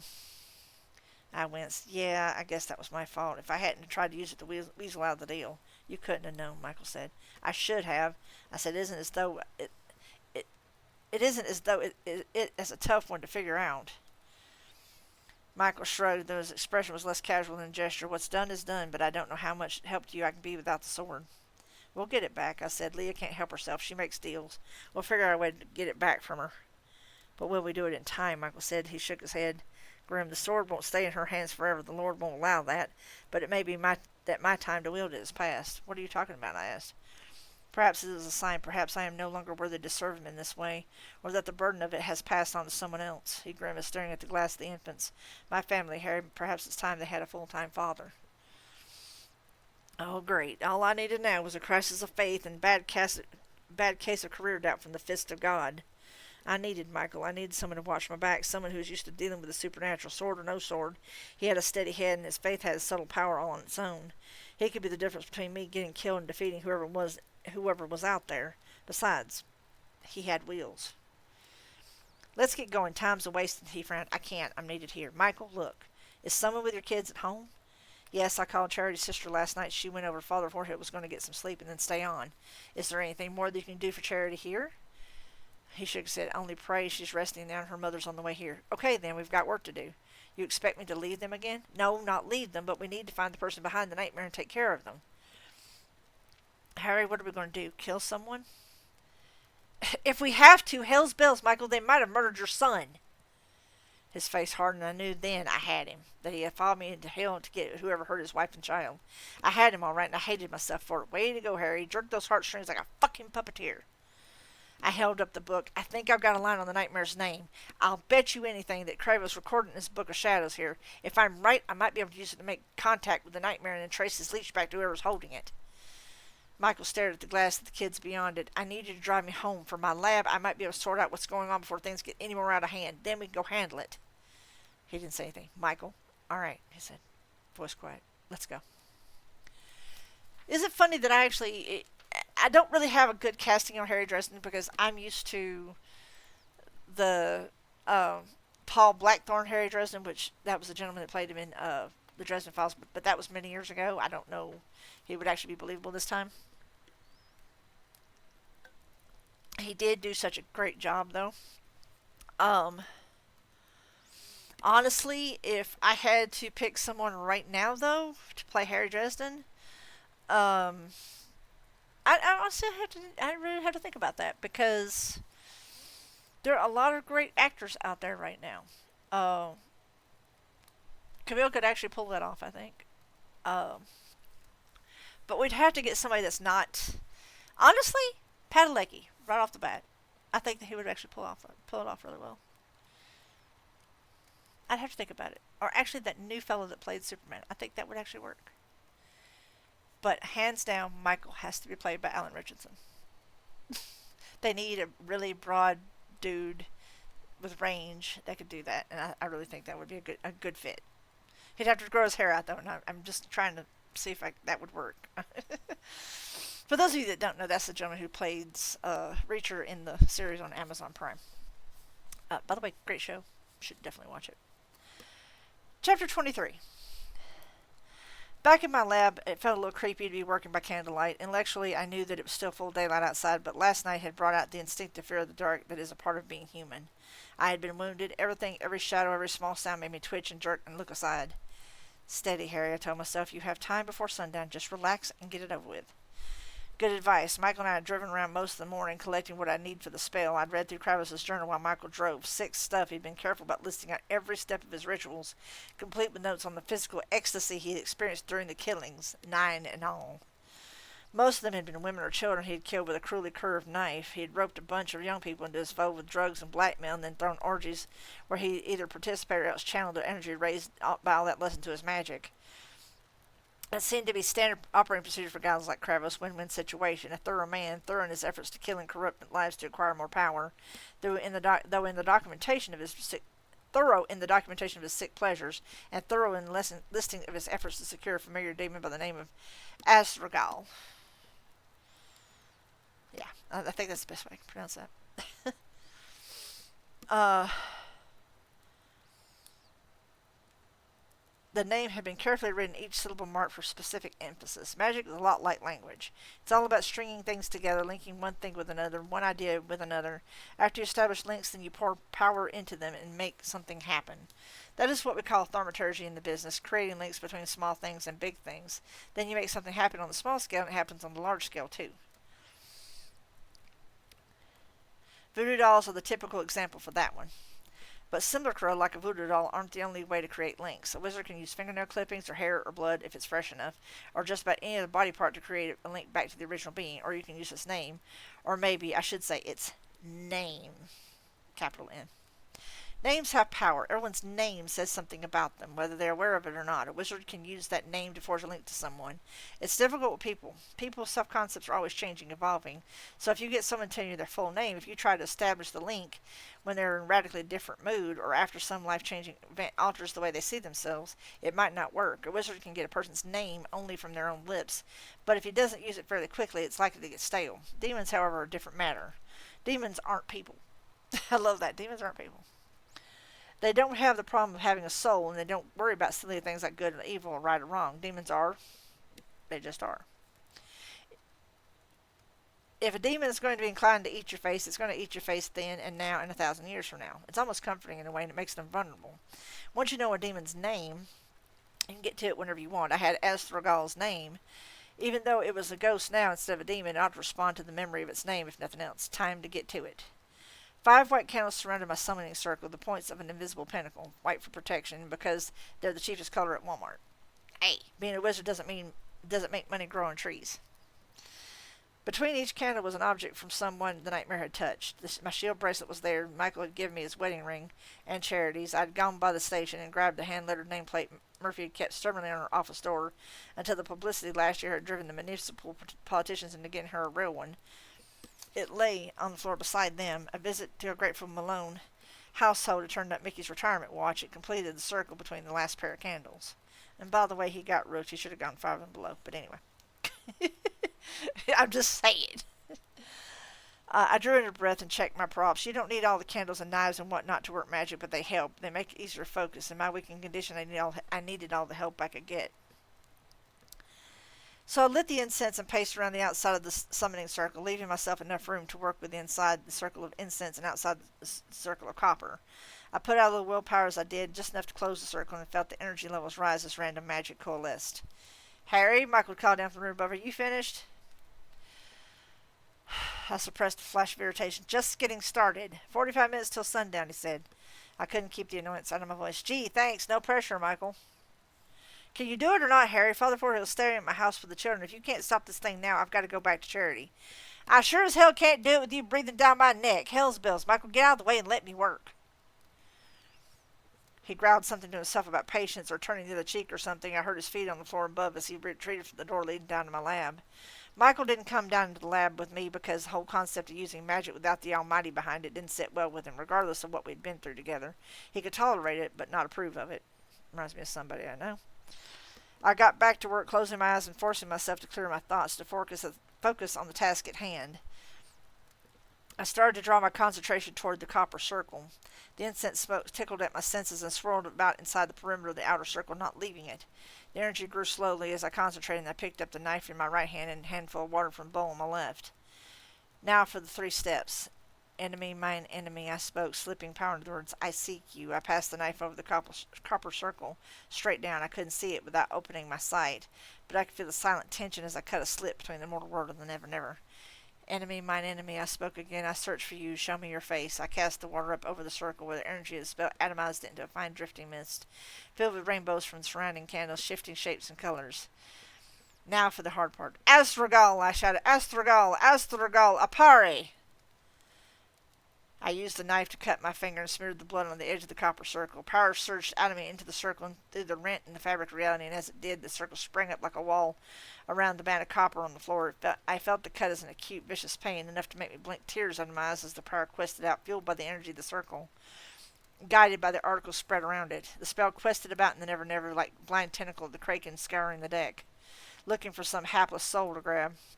It shouldn't have happened like that. It should have zipped to the nightmare like a lariat and brought it reeling in.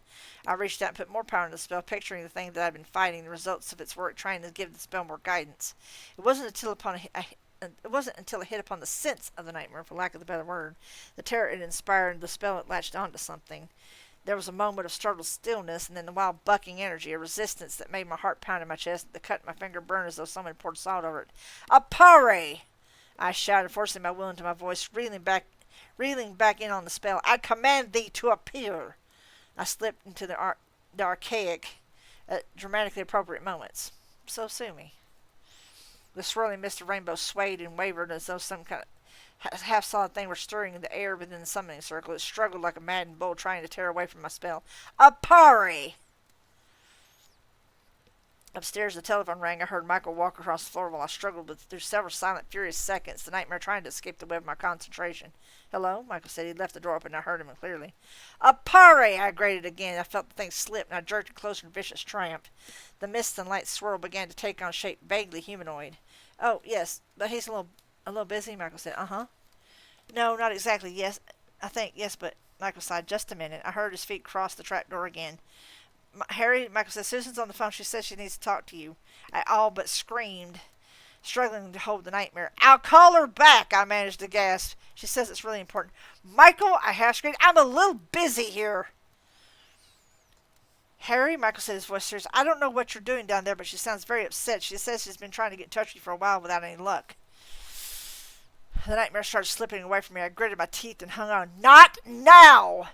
All right, Michael said. He retreated from the door lab and I heard him speaking quietly on the phone again. I blocked out everything but my spell, the circle and the thing on the other end. I was tiring, but so was it. I had all the props, the power, and the focus of the circle. It was strong, but I had the leverage on it, and after another minute and a half, I shouted, "Appare!" for the last time. The mist in the circle swirled and trembled, taking on a vaguely humanoid shape. The shape screamed, a faint bubbly sound still trying to escape. "You can't get away," I shouted. "Who brought you over? Who sent you?" "Wizard," the thing screamed. "Release me." "Yeah, right. Who sent you?" I forced more energy into my voice. Compulsion. It screamed and distorted sound like a radio getting interference. The shape refused to clarify and solidify anymore. "No one." "Who sent you?" I said, hammering on the spell in the nightmare with my will. "Who has compelled you to harm these people? Hell's bells, you will answer me." "No one." The nightmare snarled, struggling to redouble, but I grabbed on tightly, and then I felt it. A third party intruding from the other side. I felt that cold, horrible power that had been the torment spell. It had been behind the torment spell, Mickey Malone and Agatha Hagglethorne's ghost. It poured into the nightmare like nitrous on an engine, into an engine supercharging it. The nightmare went from raging bull to frenzied elephant, and I felt it begin to tear free of my spell to get loose. "Wizard!" it howled in triumph. "Wizard, the sun is sinking. I will tear out thy heart. I will hunt thy friends and their children. I will slay them all." "It's thine heart," I muttered, "and no, you won't." I lifted my left hand, slashed at the sparkling mist, sprinkling droplets of blood at it. "Bound thou art," I snarled. I reached out toward the thing and found the part of me that was still inside it, a warm sensation, like coming home again after a long trip. I could only barely brush it, but it was enough to do for what I wanted to do. "No other souls wilt thou harm, no other blood wilt thou spilt. Thy quarrel is now with me. Bound I make thee, bound!" And with the third repetition of the word, I felt the spell lock. Felt it sealing on the nightmare like steel coils. I couldn't keep it from getting away. I couldn't forbid it from the mortal world altogether, but I could damn well make sure that the only person it could mess with would be me. "Now let's see how you do in a fair fight, asshole." It screamed, all but bursting the bonds of my spell, the sound reverberating through the room. I lifted the knife in my other hand, ripped it at the air over the circle, releasing the holding spell, pouring everything I had left into the strike. I saw the magic lance out into the circle. Even as the nightmare faded, it split at the rainbow mist like a sweep of some invisible woodman's axe, and once more the nightmare screamed. Then the mist gathered together in a horrible rush of implosion of space, and the creature was gone. A handful of water splattered to the ground, and candles went out. Then the mist gathered, and I collapsed forward onto my forearms, wheezing and gasping for breath, my muscles shaking. I'd hurt the bastard. It wasn't invincible. I hurt it. Maybe nothing much more than inconvenient than the cut on my finger or a slap in the face, but it hadn't expected that. I hadn't been able to get to the person behind it, but I had felt something. I'd sensed their presence, got a clear whiff of their perfume in a metaphysical sense. Maybe I could use that. "Take that, jerk," I mumbled. I lay there gasping for several minutes, my head spinning from the effort of the spell, and then I put my things away and shambled up out of my lab to the room above. Michael helped me to a seat. He built up the fire, and I soaked in its warmth gratefully. He went to the kitchen and brought me a Coke, a sandwich. I drank and ate greedily. Only after I finished the last of the drink did he ask what happened. I called it up. The nightmare. Someone helped it get away, but not before I laid a binding on it. He frowned at me, gray eyes studying my face. "What kind of binding?" "I kept it from going after you or Murphy or your family. I couldn't keep it out, but I could limit its targets." Michael blinked at me for a moment, then said slowly, "By making it come after you." I grinned down at my fierce show of teeth and nodded. A touch of pride filled my voice. I had to do that at the last second. On the fly. I hadn't really planned it, but it worked. "So long as I'm alive, it can't mess with anyone else." "So long as you're alive," Michael said. He frowned and leaned his thick forearms on his knees, pressing his palms together. "Harry?" "Yeah." Doesn't that mean it's certainly going to try to kill you? No torment, no sadistic tortures, just flat out mayhem and death." I nodded sobering. "Yeah." "And whatever person is behind the nightmare, whoever helped it escape, that means you've just put yourself in their way. They can't use their weapon until they've removed you." "Yeah." "So if they didn't need you dead before, they're going to stop at nothing else now." I was quiet for a moment thinking about that. "I made my choice, man," I said finally, "but hell, I'm already in water so deep it doesn't matter if it gets any deeper. Let the nightmare and my godmother duke it out for whoever gets to be first in line." His eyes flickered up at mine. "Oh, Harry, you shouldn't have done that." I scowled at him. "Hey, it's better than anything else we've managed so far. You'd have done the same thing if you could." "Yes," Michael said, "but my family's well provided for." He paused and added in a gentle voice, "and I'm sure of my soul's destination when it's time for me to go. I'll worry about hell later." Besides, I think I have a plan. He grimaced. You aren't concerned about your soul, but you have a plan. I don't intend to get killed just yet. We've got to take this the offensive, Michael. If we just sit back and wait, it's going to be able to take us apart. Take you apart, you mean?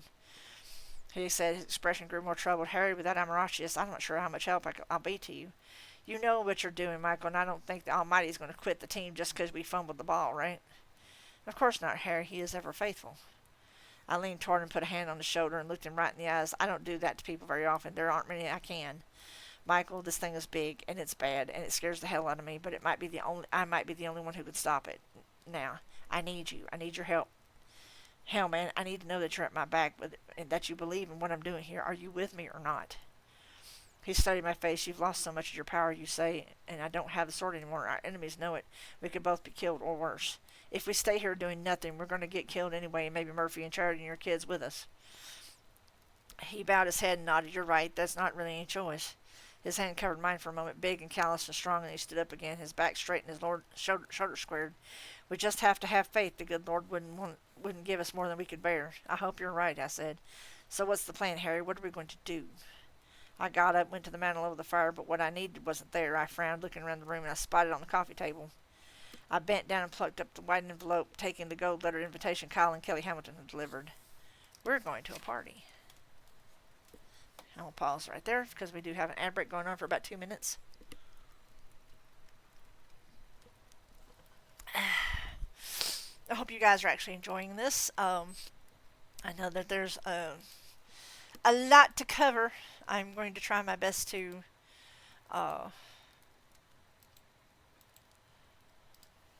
I hope it is nice and cozy and happy and stuff. I am trying my best to have a good strum, as it were. I felt my phone vibrate while I was doing all that. Yes, I'm well aware that I've missed my loan payment. Y'all shut the fuck up. Leave me alone. I'm going to take off my headset for just a bare moment because I gotta wipe off my glasses.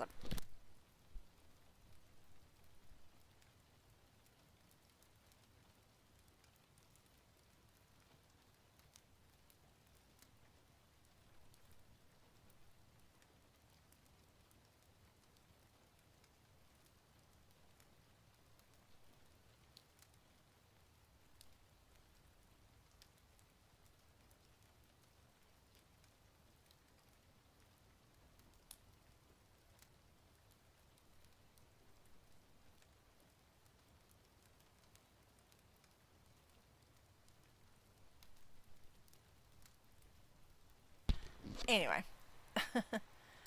um. Oh.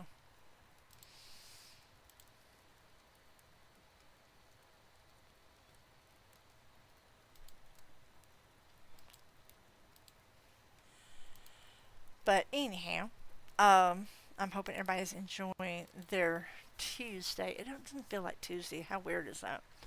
And I cannot believe we're over halfway through November. That's insane. Um, uh, I don't know if I'm going to, now I don't think I'm going to finish the book today as much as I'd like to. I don't know if my voice would hold out for that. Welcome back to the break, guys. Because I don't really have a whole lot left. I don't know, huh? 38. Yeah, 39 chapters. I'm on chapter 24, so. But I know this. We're going to finish this week. So, because I am taking next week off. Just a fair warning. Chapter 24. Michael parked his truck on the street outside Bianca's mansion. He put the keys in the leather belt pouch and buttoned it with the silver cross button. Then he straightened the collar of his doublet, which showed through the neck of the mail, and reached behind the seat of the steel helmet and slipped over his head. Tell me again, Harry, why is this such a good idea? Why are we going to a masquerade ball with a bunch of monsters? Everything points us this way, I said. How? I took a breath, trying to be patient, and passed him the white cloak look. We know that someone's been stirring up the spirit world. We know that they did it in order to create this nightmare that's been after us. We know that the girl Lydia was connected to the nightmare somehow. Yeah, Michael said, all right. Bianca, I said, sent out her thugs to take Lydia, and Bianca's hosting a party for the nastiest bad guys in the region.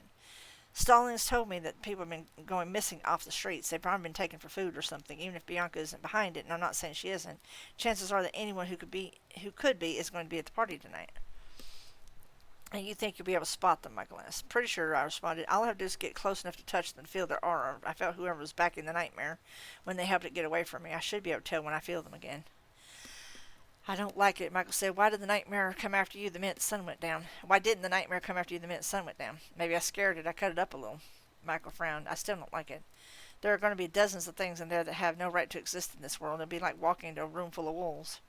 All you have to do, I said, is keep your mouth shut and watch my back. The bad guys have to play by the rules tonight. We've been given protection of the old laws of hospitality. If Bianca doesn't respect that, it's going to kill her reputation in front of her guests in the vampire court. I will protect you, Harry, Michael said, as I will protect anyone who these things threaten. We don't need any fights, Michael. That's not why we're here. He looked out the truck window and set his jaw. I mean it, Michael. It's their turf. There's probably going to be bad stuff inside, but we have to keep the big picture in focus here. The big picture, he said. Harry, if there's someone in there that needs my help, they're getting it. Michael, if we break the truce first, we're open game. You could get us both killed. He turned to look at me, and his eyes were granted. I am what I am, Harry. I threw my arms up in the air and banged my hands on the roof of the truck. There are people who could get killed if we mess this up. It isn't only our own lives we're talking about here. I know, he said. My family are some of them, but that doesn't change anything. Michael, I said, I'm not asking you to smile and chat and get cozy. Just keep quiet and stay out of the way. Don't shove a crucifix down anyone's throat. That's all I'm asking. I won't stand by, Harry. He said, I can't. He frowned and said, I don't think you can either. I glared at him. Hell's bells, Michael. I don't want to die here. Nor do I. We must have faith. Great, I said. That's just great. Harry, will you join me in prayer? I blinked at him. What?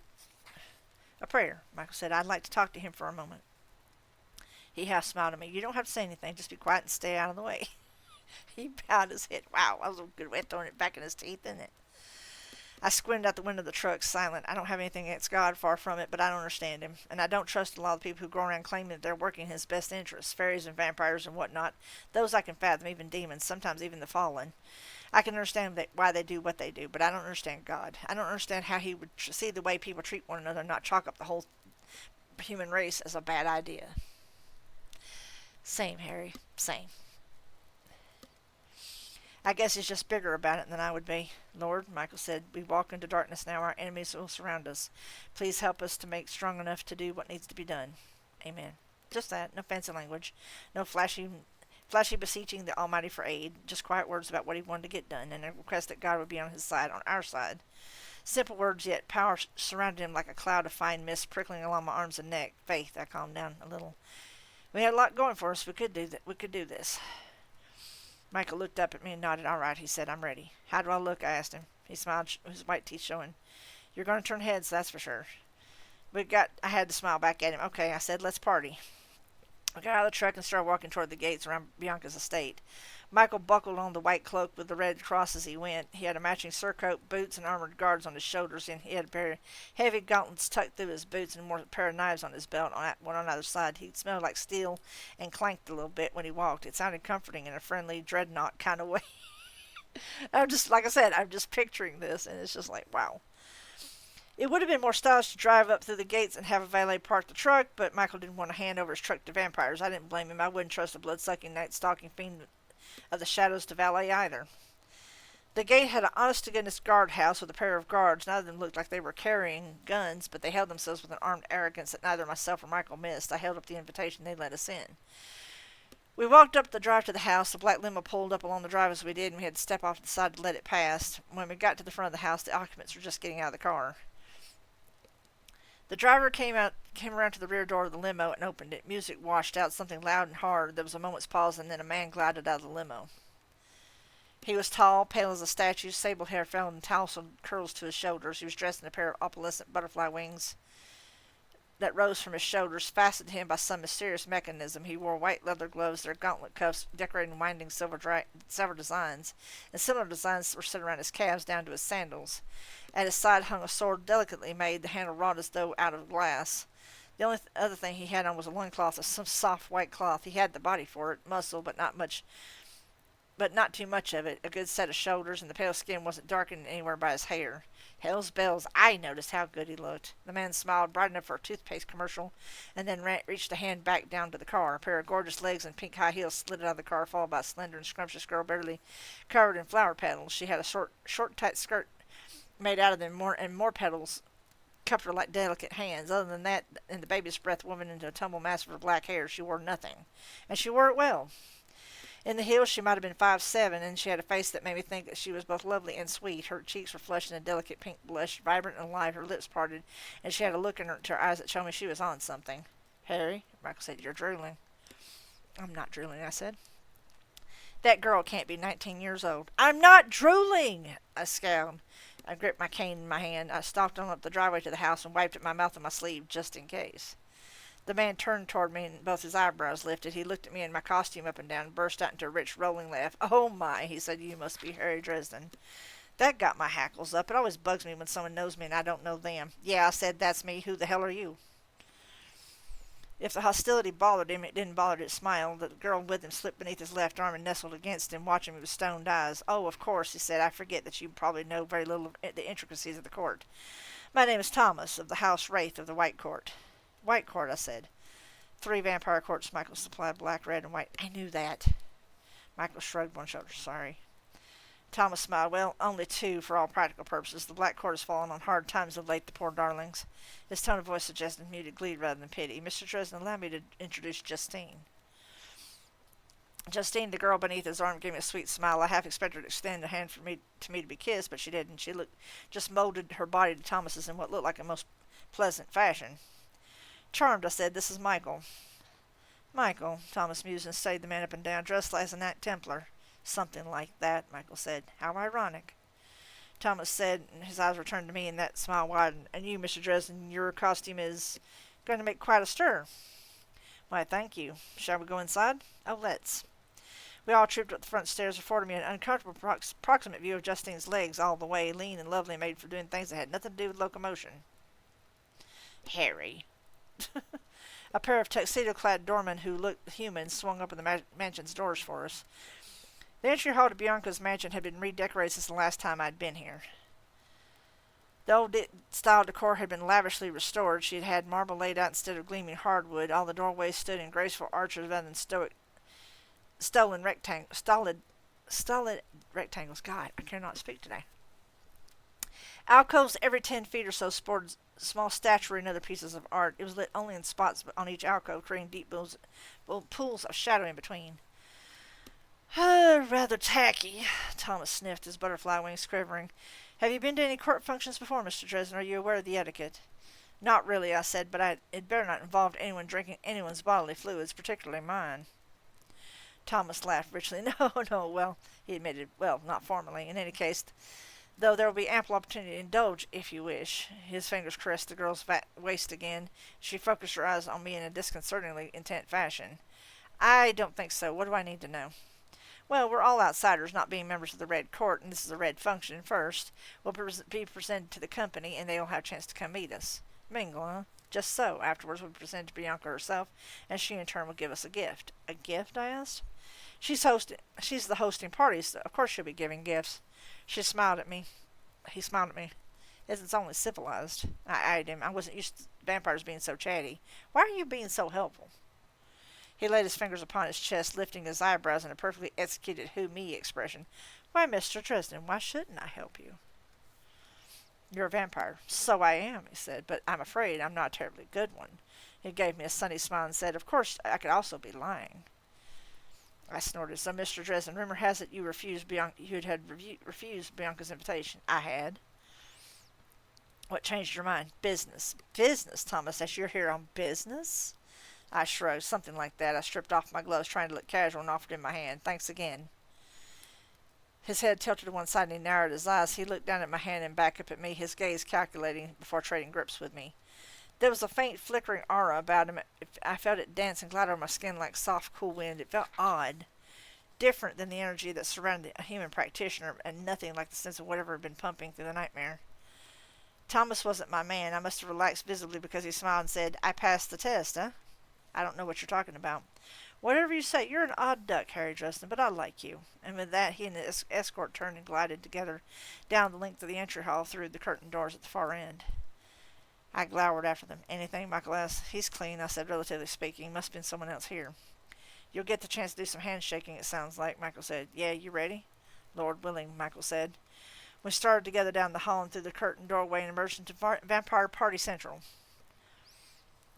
We stood on a concrete deck, elevated 10 feet off the rest of the vast outdoor courtyard. Music flowed up from below. People crowded the courtyard in a blur of color and motion. Talk and costume like some kind of impressionist painting. Glowing globes rested on wire stands here and there, giving the place a sort of torch-lit mystique. A dais opposite the entryway where we stood rose up several feet higher in the air, a suspiciously throne-like chair upon it. I had just started taking the details when a brilliant white light flooded my eyes and I had to lift my hand against it. The music died down a bit, and the chatter of people quieted some. Evidently, Michael and I had just become the center of attention. A servant stepped forward and asked calmly, May I have your invitation, sir? I passed it over and a moment later heard the same voice over a modest public address system. Ladies and gentlemen of the court, I am pleased to present Harry Dresden, Wizard of the White Council, and guest. I lowered my hands and the voices fell completely silent. From either side of the throne opposite a pair of spotlights glared at me. I shrugged my shoulders to get my cape to fall into place correctly, tattered red lining flashing against the black cotton exterior. The collar of the thing came up high on either side of my face. The spot glared off the painted gold plastic medallion I wore at my throat. The worn powder blue tux beneath it could have made an appearance at someone's prom in the 70s. The servants at the party had better tuxes than I did. I made sure to smile so that they could see the cheap plastic fangs. I suppose the spotlight must have bleached my face out to ghostly whiteness, especially with the white clown makeup I had on. The fake blood drooling out of the corners of my mouth would have been standing out bright red against it. I lifted a white-gloved hand and said, slurring a little through the fangs, Hi, how are all you doing? How are you all doing? My words rang out in deathly silence from below. I still can't believe, Michael said sotto voce, that you came to the vampire's masquerade ball dressed as a vampire. Not just a vampire, I said, a cheesy vampire. Do you think they got the point? I managed to peer past the spotlights enough to make out Thomas and Justine at the foot of the stairs. Thomas was staring around the courtyard with undisguised glee and then flashed me a smile and a thumbs up. I think, Michael said, that you've just insulted everyone here. I'm here to find a monster, not make nice with him. Besides, I never wanted to come to this stupid party in the first place. All the same, I think you've peeved them off. Peeved? Come on, how bad could that be? Peeved. From the courtyard below came several distinct sounds, a few hisses, the rasp of steel, several someone's drew knives, or maybe swords, the nervous click-clack of someone with semi-automatic working the slide. Michael shrugged in his cloak, and I sensed, more than saw, put his hand on the hilt of one of his knives. I think we're about to find out. Alright. Unfortunately, we have come to the 2-hour mark, and I still have I still have quite a few chapters to read to actually get to our usual spot. So, what I'm going to do is that tomorrow I will have an extra long version of Storytime with Sin. I'm going to leave y'all with that little cliffhanger there. I'm going to do an extra long version of Storytime with Sin so we can finish the book, because there's quite a few chapters still left, and I do not want to do a fifth part over like a handful of chapters. So tomorrow will be an extra long version. So we'll probably have just a little bit of gameplay. The only reason I'm cutting off now is because A, my voice is starting to run out, and B, we are on the 2-hour mark. And C, I do need to take the dog out. I hope you guys have enjoyed it so far. We are basically at a nice cliffhanging moment, because you don't know what's going to happen next at the White Court, at the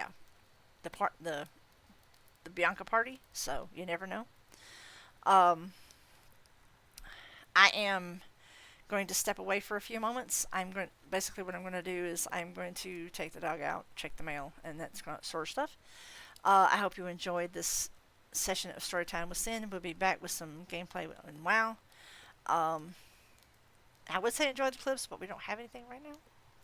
But I will catch you in a few minutes in 2 and 2. And use this break to go get you some more beverage and that sort of thing. And I will catch you in just a few. Stay tuned.